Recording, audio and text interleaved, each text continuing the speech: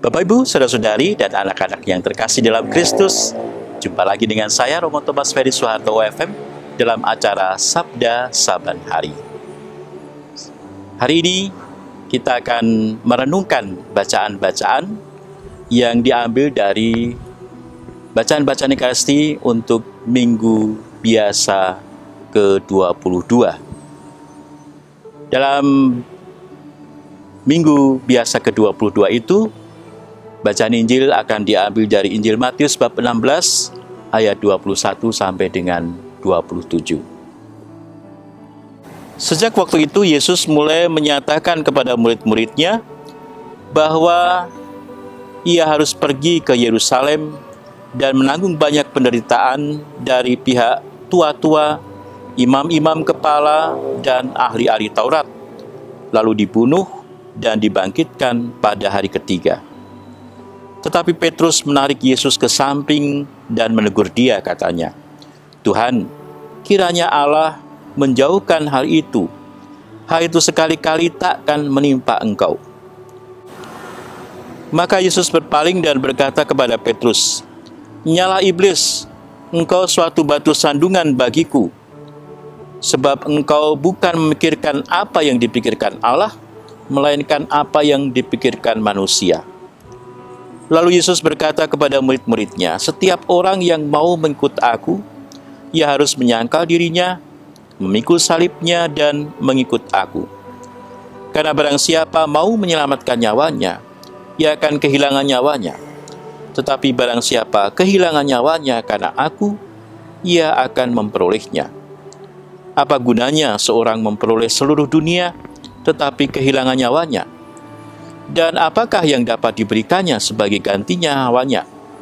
Sebab anak manusia akan datang dalam kemuliaan Bapanya, diiringi malaikat-malaikatnya. Pada waktu itu, ia akan membalas setiap orang menurut perbuatannya." Demikianlah Injil Tuhan. Bapak, Ibu, saudara-saudari, anak-anak yang terkasih dalam Kristus, menjadi murid itu tidaklah gampang. Ada pepatah mengatakan, guru kencing berdiri, murid kencing berlari. Tentu pasti gurunya laki-laki ya. Dan pepatah itu menyadarkan kita, artinya bahwa kejelekan guru akan dilanjutkan oleh muridnya dengan lebih jelek lagi. Tapi itu juga mengingatkan kita bahwa ada hal yang menyatukan murid dan guru.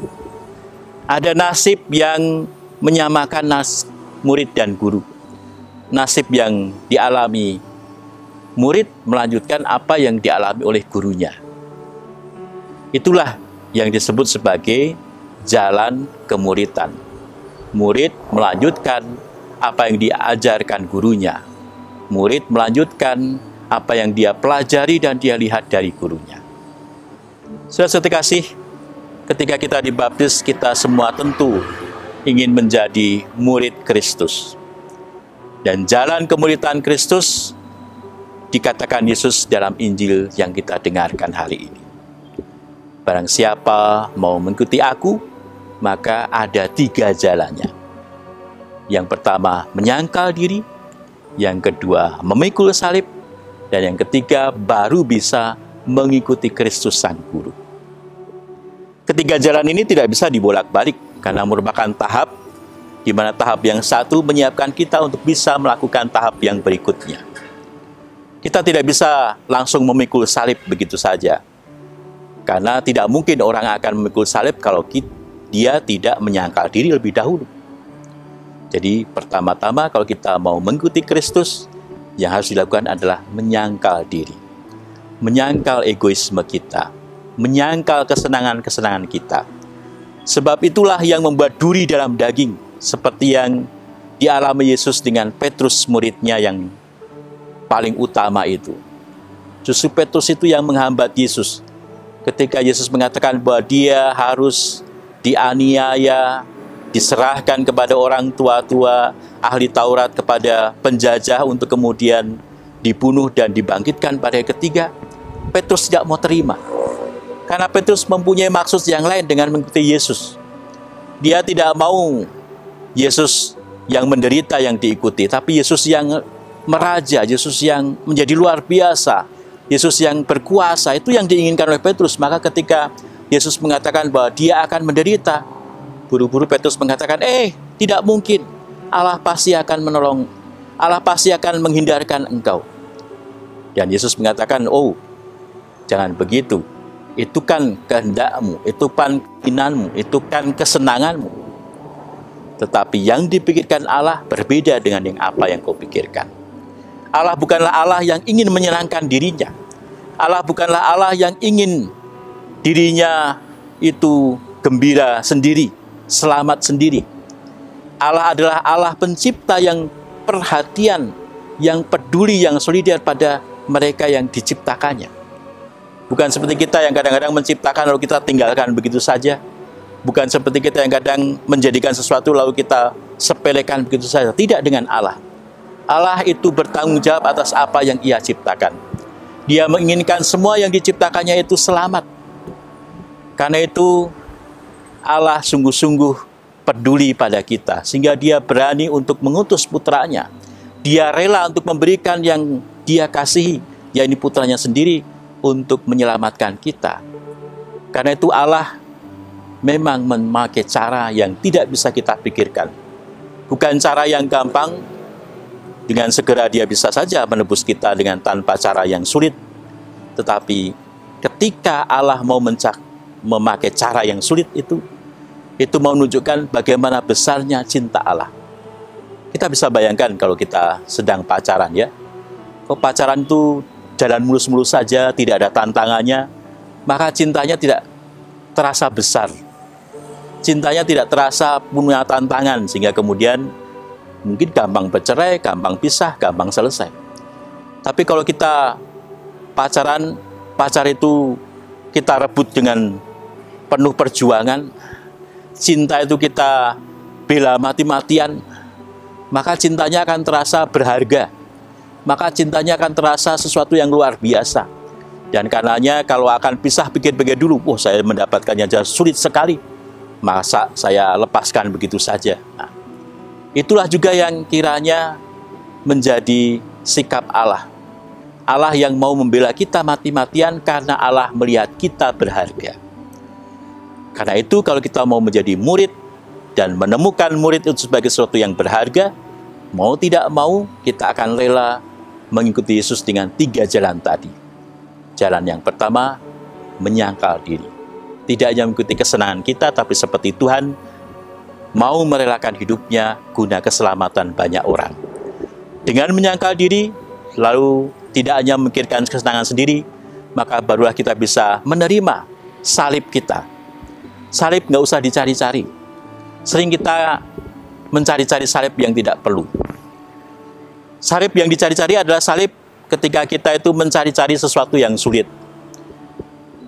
Misalnya saja kita sebenarnya pergi ke gereja bisa dengan gampang, lalu kita mengatakan, gereja nggak harus gampang-gampang, kita harus sulit kalau mencapai gereja, maka lalu harus dengan merangkak misalnya, atau lalu jalannya itu dengan sesuatu, tidak makan dulu, tidak minum dulu misalnya. Kadang-kadang mati daga tanpa kita sadari itu seperti salib yang kita cari-cari. Padahal kalau kita berbuat baik, dengan sendirinya salib akan muncul. Anda kira setiap perbuatan baik Anda akan mulus? Tidak.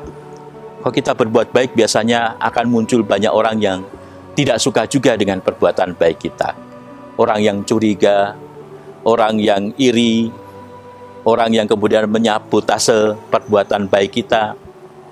Semua itu karena ya kadang-kadang orang merasa tidak nyaman dengan kebaikan orang, iri hati dengan kebaikan orang, lalu kemudian menyabotase atau mengganggu kita dalam berbuat baik. Setiap perbuatan baik dengan sendirinya pasti akan mendatangkan orang-orang yang iri untuk kemudian mengganggu, menggoda, memberi tantangan pada kita. Itulah salib kita. Nggak perlu kita cari-cari, salib akan muncul ketika kita berbuat baik. Dan kalau kita sungguh-sungguh mau dan melihat bahwa perbuatan itu berharga, maka salib itu akan kita terima. Kita pikul dengan tabah, dengan rendah hati, dengan penuh kesabaran, tidak mengeluh, tidak mengaduh. Dan dengan berani memikul salib itu, barulah kita bisa mencapai tahap berikutnya, menjadi pengikut Yesus yang sejati.